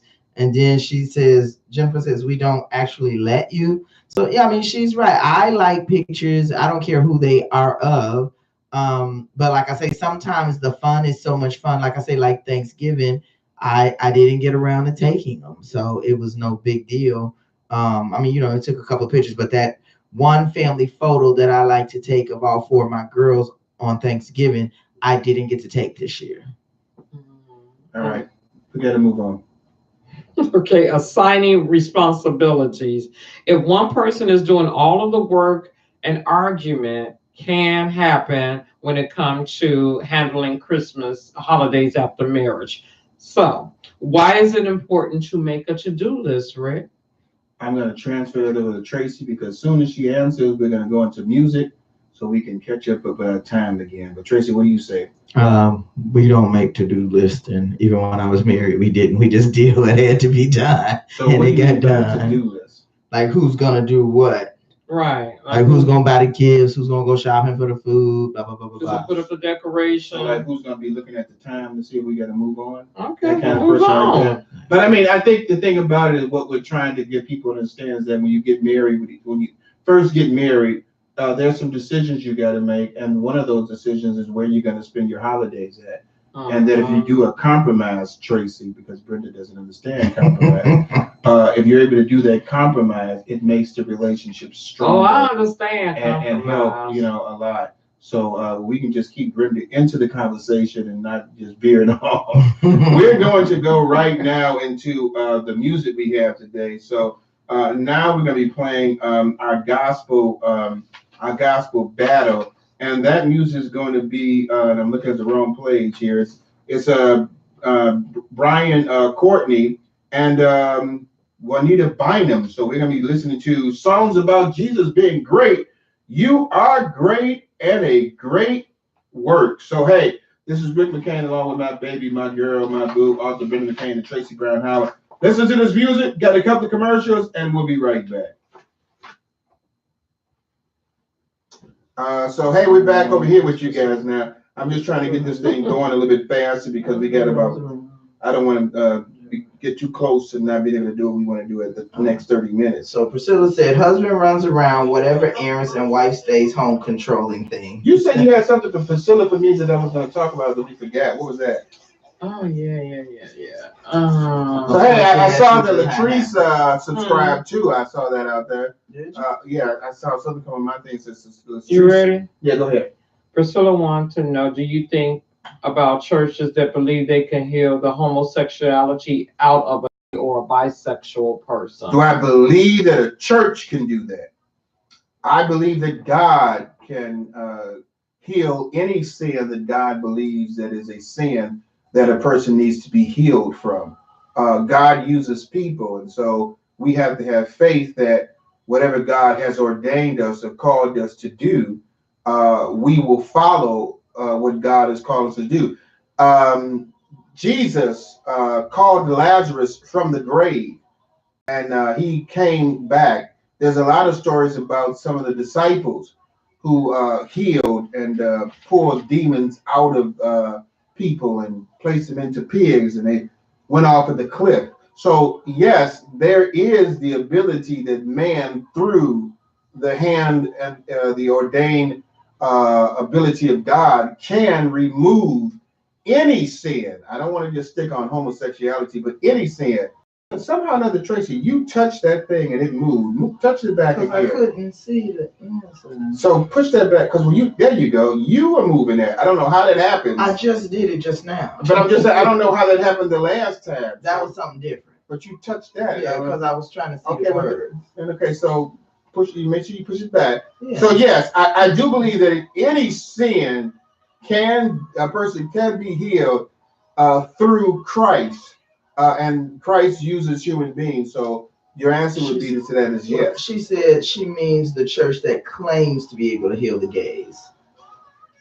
There's nobody should claim to heal just a specific thing. I think what people are trying to do is they're trying to do this holier than thou stuff. I can do this, I'll give you here's a napkin, that's blessed. What a preacher and a pastor should do is move under the unction of the Holy Spirit. And if at that time, if that preacher, that pastor has been told by God to pray or to place healing over this person who is living a homosexual life, then that person will be healed from homosexuality. That is what the Bible teaches us, and that's what faith teaches us. But to just say that we are a church that can cleanse out homosexuality, that's being a bit presumptuous. And that's not something, let's go back to this. That's being very hypocritical, because we've got to understand that God moves, and what God calls us to do is something we should do, and not just follow something sensational to get people to come there. Oh, I'm going to that church because they healed homosexuals. You should be able to heal anything. Yeah. Not just specifically. If God has called you to heal someone, you should be able to do it in any situation. And so I think that sensationalism that some people do is wrong. They shouldn't do it. But if God has called someone to be healed, they will be healed. It was God's anointing that brought Tracy to our show. It wasn't me or Brenda. Tracy came to the show, the first guest that we had, and she never left. That, I'm putting something together. That's not healing, but I'm just saying it was God's ordained purpose for Tracy to be a part of the show. Okay, when we first started the show, it was me and Brenda. It wasn't gonna be no Tracy. But God's ordained purpose brought Tracy to the show, and she's been here ever since. Wow. What am I saying? If God's ordained purpose is to heal someone from something that God wants them to be healed from, they will be. If Tracy wasn't supposed to be on this show, she wouldn't be. But that was God's ordained purpose. And so when God ordained something, healing or whatever will be in line with God's word, not just, I'm going to heal somebody. And I'll give you an example real quick. I was at this church. I'm not going to tell you the church name, and I left this church. We was in the pastor's office, and they're trying to cast the demons out of the pastor's office because the people a couple of days ago was complaining about something to the pastor, and they wanted to cast the demons out of the church, out of the office and the church. And so I'm holding hands with them, and all of a sudden God said, let go and walk out. And so I let go and I walked out. And this is a true story. I walked out. So we had like a overnight thing. I forget what they call those things. Retreat. No, shut in. So close to the end of the shut in, God revealed to me and said, they're going to pray over you to cast the demons out of you because you walked out of that office. Now, I'm gonna be honest with y'all, preacher or not, I'm thinking like, this ain't gonna really happen. Maybe I'm sleepy. We've been in this, this lock-in, shut-in for a while. Maybe it's not gonna happen. And then God said, once that happens, I want you to say, can a man build upon a kingdom that's already been built upon by God? And the answer is no. If God is building something, a man can't do anything. All of a sudden, we at the end of the thing, and they said, are you going to do it? So I still don't know what they're talking about. And so they said, yeah, Rick, come over here. We want to pray for you. And so now they're praying to cast the demon out of me from walking in the office. And so I'm sitting up there and said, God said, let them do it. And I was wondering. I'm sitting up there and I'm laughing like, this is actually happening. Oh my God, that's what God said. Now again, this is what God told me was going to happen. And once they finished, I said to them, can a man build upon a kingdom that has already been built upon by God? And they said, no. I said, God has already built his kingdom, and I was gone. I left because they were doing something that they wanted to do, not what God called them to do. And that happens a lot in churches where people do what they want to do and not what God has called you to do. I will never step ahead of what God has called me to do. Tracy came on the show. She came back, and I don't think we even had a discussion about it.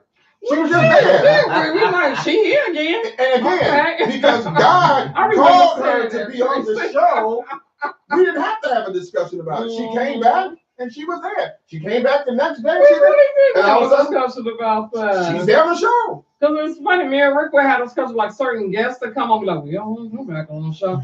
Tracy came back and be like, you just fit right in for some Let me reason. tell you something. What I'm saying is, God doesn't have to tell you what he's going to do in your life to do something in your life.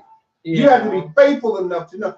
Tracy has been very valuable to this show. Very valuable. And her instincts and her wisdom and her knowledge and everything that she does. But that wasn't what God told me was going to happen. God told me to do the show. He didn't say nothing about no Tracy. I mean, I've been knowing Tracy since she was 4. He didn't say nothing about Tracy. I wasn't even thinking about having Tracy as a guest until I'm like, yeah, let's have Tracy. Then all of a sudden, Tracy's here. I don't even remember asking her. But that is God's ordained purpose. Do you remember? When he calls it, it happens. Ask me, I ain't just show up. We asked her to be on the show, Oh, but we didn't ask her to stay. right. Right. It was, How did that happen? Hey, We could've I stopped can't that even, let me tell you something. I can't even explain to you how that I happened. probably said something like, "Oh, this was fun, man. I should come back next week." And we were like, oh, sure. Bring she back. But it had to be something to do with taking the picture. Yeah, but it was just, that's what God wanted. And I told Tracy before, I said, you know what? Hey, because Tracy was there, she's taking pictures of that. I said, God is telling me you need to be more a part of speaking in this show because what you provide to the show is valuable. You know, and I'm just following God. Why? I don't need nobody to talk. I can talk let me tell you something. A preacher can talk more than a woman ever can. Okay? Can I tell you that? Can I get an amen? Clap, Never have clap. to tell me to shut up. Okay. But it wasn't my decision. It wasn't Brenda's decision. It was God's decision. So if God wants to And heal, you remember somebody? if God wants to change somebody, God will do it. And so those are 2 situations I can bring up. And I'm trying to say something else, and Brenda's in a whole different world. But yeah, it's been a while since that happened. But I mean, probably Tracy can't really explain to you why she was still here. It was just she's here. And she tried to escape sometimes. It almost seems as though, it almost seems like, and this is real, the show was intended for Tracy to be here. Yeah. Even though we did not have Yeah. Tracy a part of the show. So God moves that way. He moves to a point where he knows what you need, when you need it, and if it's a healing, he'll provide it. I only stayed, y'all, because they got the banners made, and I ain't want them to have to This was way remake the before the Right, banners. yeah, I okay. didn't want them to have to before. remake the banners. Yeah. They're like, they're going to cut that. That's why I'm only in the circle, because they're going to cut that little circle Right, out. you could put a stick. That's a big circle Right. to cut With out. her face right there. I'll be Wait a like, minute. Now, every morning. she got a big thing on there. You ain't in no circle. You see that big thing? Oh, I was talking about the circle down there. Oh, Listen, we in a circle here. So, They're just going to cut it off. I hope that answered your question. Probably said, what are you talking about? Hey, yeah, we're on Facebook. I keep saying that. We're on YouTube. We're boycotting Facebook. I'm trying to pay attention to all this stuff. And the good thing about YouTube is I know that the Facebook videos stay and you can find them, but on YouTube, you just subscribe to the channel. Yeah. And you go back and you can look at it and it's always there. And so it's something we might have to discuss between the two. Do we want to continue to do this? It's kind of harder to see our people, though. yeah. No, if they do what Priscilla did and subscribe, then you can see them. So you know what it means? That means Tracy and Brenda are going to be here for Christmas, and we're going to try it again. You see, when Brenda don't want to do something, it's Like I right told away them, from they it. are welcome to come to my house for Christmas where I have to host oh dinner. my God, you won't hear anything with all the people over there. And they can have a big The old dog could be holiday barking, party. the kids No, would be not running my around. house, to the girls' house. Okay. Where we having Christmas at. You got a whole basement I'm you gonna can set have up to give in. y'all the day off or something. Yeah. And they can come over and I have don't a want to be holiday screwed to make that party. work. Okay, you gotta go back up. She will be Hold on. surprised. Rick, talk to me. Yeah. And they can come over and Hey, all right. Welcome back to Let's Stay Together Talk Show. Your host, Reverend Rick McCain, along with my baby, my girl, my boo. That difference that you hear is because it's coming from YouTube. Because we all have on our YouTube thing. So that's what you hear. Maybe okay. what I had to do is turn mine off. But hey, welcome back to Let's Stay Together Talk Show. I'm going to turn off this little phone of mine here. For those of y'all that listen on Soar Radio, we thank you very much. Soar Radio, 2-time Stellar Award winner for Best Internet Station of the Year. Go to Soar Radio so you can vote for them for winning the 2019 Stellar Award winner for Best Internet Station of the Year. You can go to soarradio.com to find that out. Give a shout out to Allied Management for their sponsorship. Looking Glass, make sure you go see that the Steadfast 10 Soldier out there in Looking Glass. We love Looking Glass for all the support they give to us as well. Hey, baby, I thought I was supposed to say something else on here. I got that on their Soar Radio. Shout out to Soar Radio, Allied Management, Looking Glass. And so what we got for our relationship letter? Dear LSTT, it's that time of year again that all of my family members is getting ready to celebrate Christmas. Some of us get along and some of us don't. I am recently divorced of 9 months. Although I was married to my ex-husband for 10 years, he checked out of the marriage a long time ago. However, I met a great guy whom I would like to invite to our Christmas dinner over my parents' house. They haven't met him yet, nor have any of my family members. As much as I love the good, the bad, and the notoriously ugly things my family do, they are my family, with their judgmental remarks about other people's relationships. I just hope they don't scare my guy off with their shenanigans. All I know is I don't want any drama or no one telling me it's too soon to be getting back out there. I don't have any children from a previous relationship, and nor does he.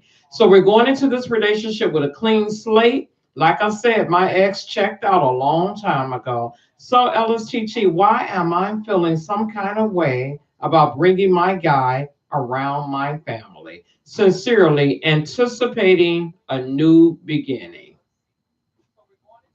She said, why is she so hesitant? Why she's feeling some kind of way about bringing her guy around her family. Because what? Because some people crazy. I mean, no, seriously. I mean, her family might be that kind of family. She's a little worried about it. I always apologize before I take people around my family. I said I never know what they might do or say, so I'm apologizing in advance. Mm-hmm. But and she also may be afraid of because she really likes this guy a lot, and she's nervous about people meeting him. The relationship might be more important to her than she realizes.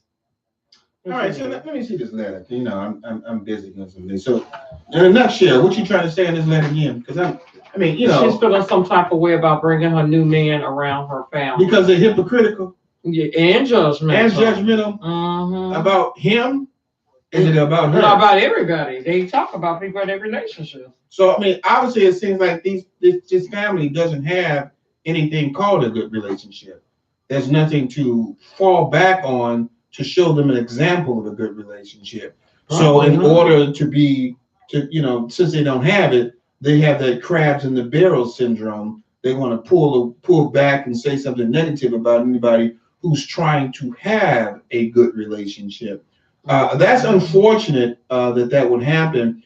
Now I could see they were kind of joking around, kind of playing stuff like that. But if they're doing it in a vindictive way, I had to agree with Tracy that this family is a little bit nutty, crazy, and they have some issues. And it may not be, prudent for you to bring that individual over at that time if you're interested in having a good relationship with him.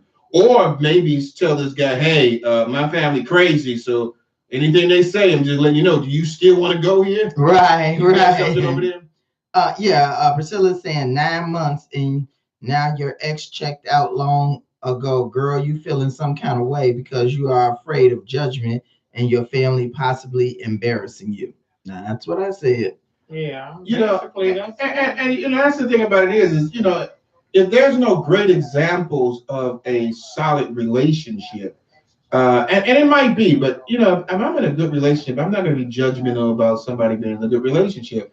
A lot of times judgment comes when someone doesn't have what you have, in some cases. So they're looking at this and they're going to cause an issue. And if you think that's going to happen, is she saying, should I bring him over there? She has reservations about bringing him around her family. Sweetheart, reservations. You need to have red flags. Yeah. There's got to be a no. Don't do it. Like Kevin Harris said, no.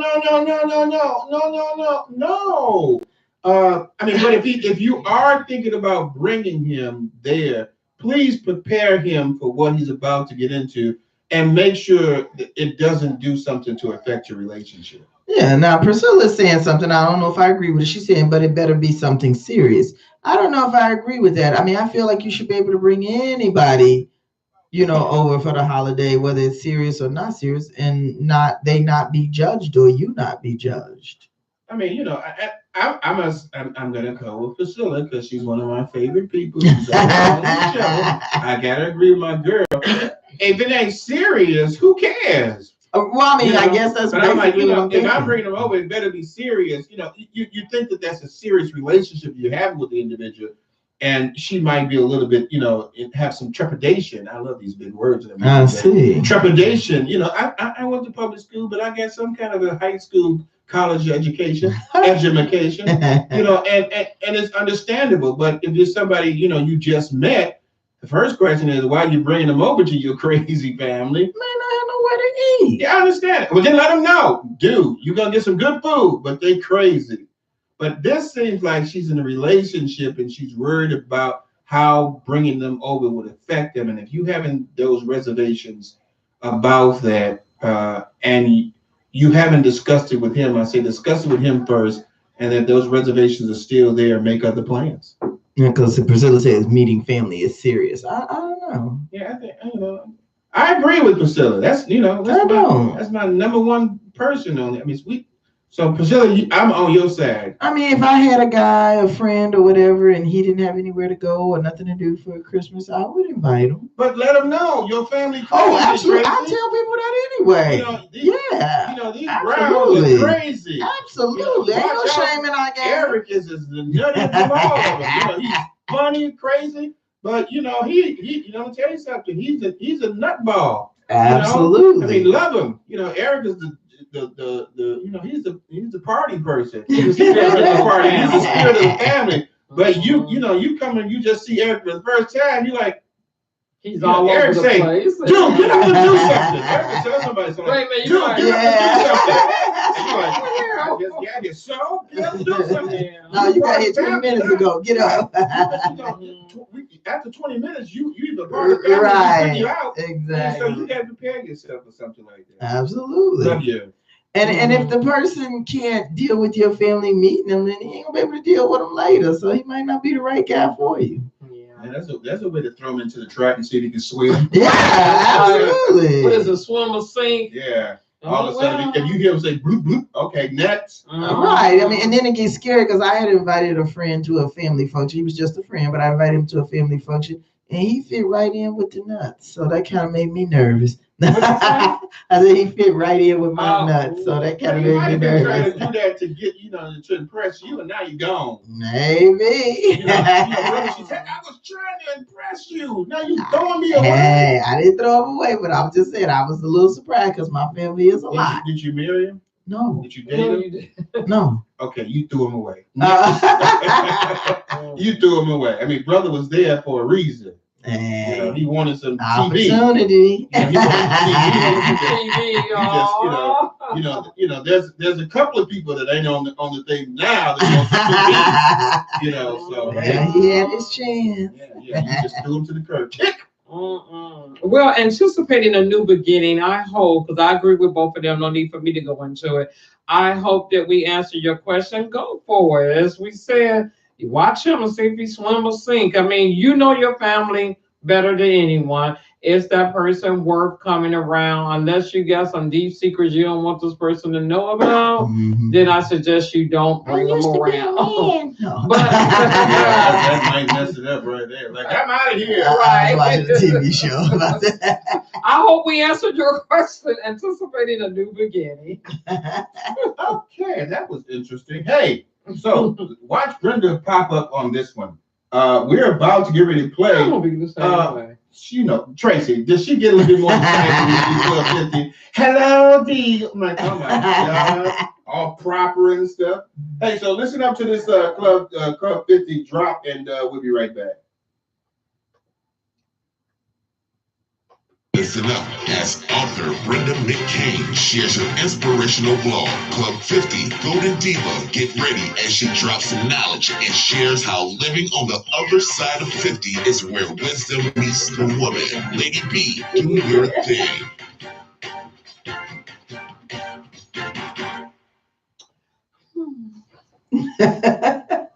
Hey, Golden Divas. I can't help it. I love my girl.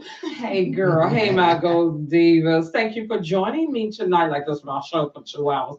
Anyway, hey, girls. Last week at Club 50, I shared some encouraging words and inspirations from my watercolor collection. I see you guys really like those things. They're short and quick, so I'm taking note of all of that.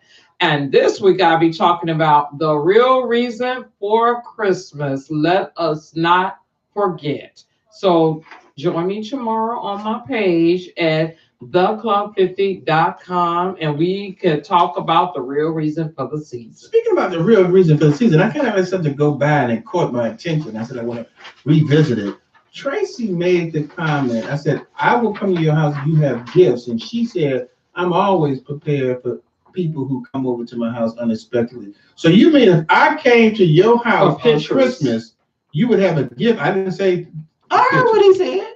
You would have a gift for me? Yeah. All right. I mean, I don't want no little like something you grab from the. Here's an acorn. I mean, well, yeah, I did give you your card. Man. I want a store-bought gift. Something like that. You don't ever just buy extra gifts just in case somebody shows up? I don't even want to buy some of my family members gifts, period. Or sometimes I'll buy like a couple different, like right now I'm thinking of a gift that I bought that I'm like, I don't know if I want to give it to that person. So, you never know who might show up. And I don't want the fruitcake gift. No. You just pass, that's the one that get It passed might not be like the greatest gift. Passed around at least 20 times. I've never had a fruitcake in my life. Me neither. I know who used to make them all the time. I couldn't stand have mercy. Hey, we gotta go. We gotta go. Hey, what's going on with Let's Play? Woo, wow. I put the wrong stuff on here. What you got for Let's Play? Let's Play. Chicago Shakespeare Theater at Navy Pier had a good one. A Midsummer Night's Dream. If you ever remember that in high school when you had to read Shakespeare, this has been done in so many different plays, so many different movies. It was so funny. I love it. It was more like a comedy play. It's playing until January the 27th, again at Shakespeare Theater. All right, for those of you who are looking on YouTube, me and Brenda also do play reviews. We see about 200 and some odd plays a year here. We go all around the, not the U.S., all around the Chicagoland area. And this play, to me, what is it called? A Midsummer Night's Dream. It was kind of, at first it was like, what the heck are they doing? Because it started off a little bit different. Then they just went to this fantasy world. I'm like, Lord have mercy, what the heck is this? When you put it all together, it was pretty, good, but it kind of jumped. Yeah, it kind of jumped a little bit over, one place to the next. But I mean, the comedy of it was pretty good. They weren't, it was funny. The guy who played Puck was, very good in his role. So, when you put it all together, it was very interesting. But when it started off, it didn't seem like it was going to be the play you was expecting. You have to know this Shakespeare play when you walk in there because it'll switch on you. Like, did I change channels? I will say that the cinematography or the stage looked very good. How they did that, it was very bright, very beautiful. The characters was nice. Only thing I say sometimes, if we're doing something back in the Shakespeare, what's that man's name? Shakespeare era, William Shakespeare era. Sometimes you might want to have the clothes of that era, because Oh, they did. Yeah, there's no all stars back in that day. Oh, so that might be the girl was wearing that. That part I would like to see a little bit more. But that was their rendition of it, though. I understand that, but I'm just saying, just wear some plain shoes, not all stars and things of that nature. I got to look and pick something, but I thought it was very interesting. We did recommend it as something you go see at, where's the place again? Shakespeare Theater in Navy Pier. You can have a great day there. Go to a nice restaurant, go see the events around Navy Navy Pier. See the events going on, because there's a lot going on right now there. And then just top it off with a night at the theater. It's really nice. You will enjoy it. You definitely will enjoy it. What we got next? We have next Goodman Theater, the Santaland Diaries. This actually ends on December 30th, but you have a good 2 weeks almost to still catch it. I'm going to stress this is an adult only play. No kids. And it's a one-man show. Yeah. So he's a naughty elf, but it was funny. Yeah. You know, it's different, but it was funny. He held your attention. I think it was was it 90 minutes? Yeah, 90. He held you. No, that actually was 62 minutes. Okay, 62 minutes. Just Even shorter. He held your attention to the thing and he, brought you back somewhat to your childhood and what you would think it would happen with people bring their kids to see Santa and what the elves have to go through when these parents bring their kids to go see Santa. And he was kind of on the naughty side, basically saying, these little kids kind of get on my nerves coming here all the time. And you got to be so nice to some of these parents as well, who are can be very mean and difficult to deal with. And these elves got to be so nice to them all the time. And these kids can be kind of nasty. And even he brought it down to some of the Santa Clauses can be kind of difficult to deal with. So he rounded out together. I think he did an excellent job on that. We are definitely recommending that. It's at Goodman Theater. I mean, like I said, if you're downtown, this 62-minute play will be a nice thing that you can take, enjoy yourself. Again, this is not a kid's play because I think he did there was some cursing or something. What's the name of that one again? The Santaland Diaries. Yeah. Oh, okay, you want to make sure you don't take your kids. Yeah, right. and that set was beautiful too. Yeah. That set was so endearing for children that they want to run and sit on Santa Claus' lap on the throne, but this ain't that type of play for children. You're going to go and say, Mommy, can we say those words? No. That's me. So when you tired of shopping, get your whoever and go check that play out. You're downtown there, you're doing some shopping and you're not with your kids, shoot over to Goodman Theater and check it out. Oh, now if you want to see something that's good for the kids, Goodman Theater still has the Christmas Carol that's running. I believe it's still running now. So that could be something you could take for the kids. Or you can just send the kids over to one place and you come to the other. But the Goodman, the other one, because it's in the same theater. Kids running loose in the theater, right? So, and I do want to say this before we move on because we had a little more time. I was watching Windy City Live, and E. Faye Butler was on there. She said because she stars in Gypsy, beautiful play that we've seen at Porchlight Theater. It is still running to the beginning of the year, I believe.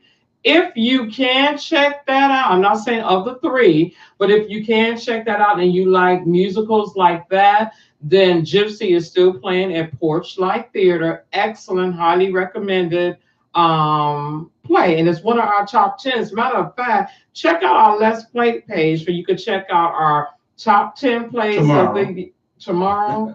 Or the Facebook. Okay, tomorrow on Facebook. You can check it out.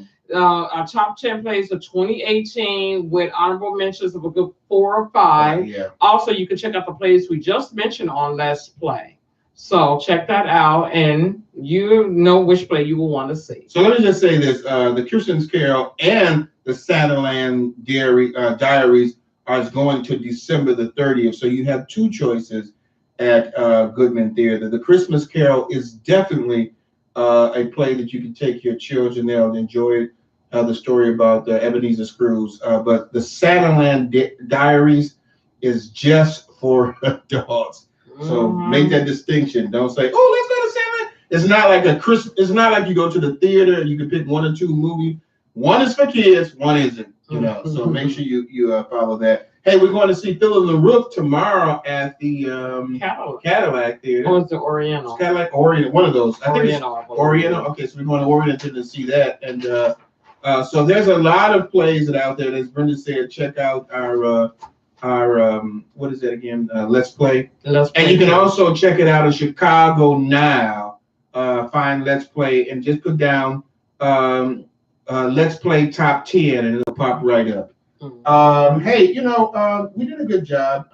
We're finishing everything up. We got a couple more minutes before our show goes on. Again, we're boycotting Facebook today for all of those who are on Soar Radio. Good thing it's not Golden Diva Day. Yeah.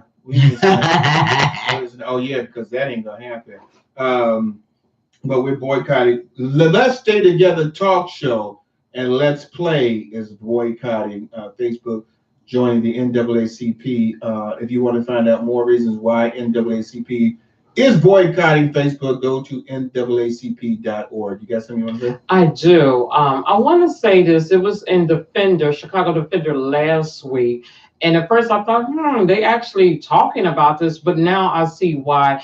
It is important for us to support the Black Christmas shows as much as we support any Christmas show that's out there. Hallmark Station Network always play, as my husband loves that word, plethora, is it?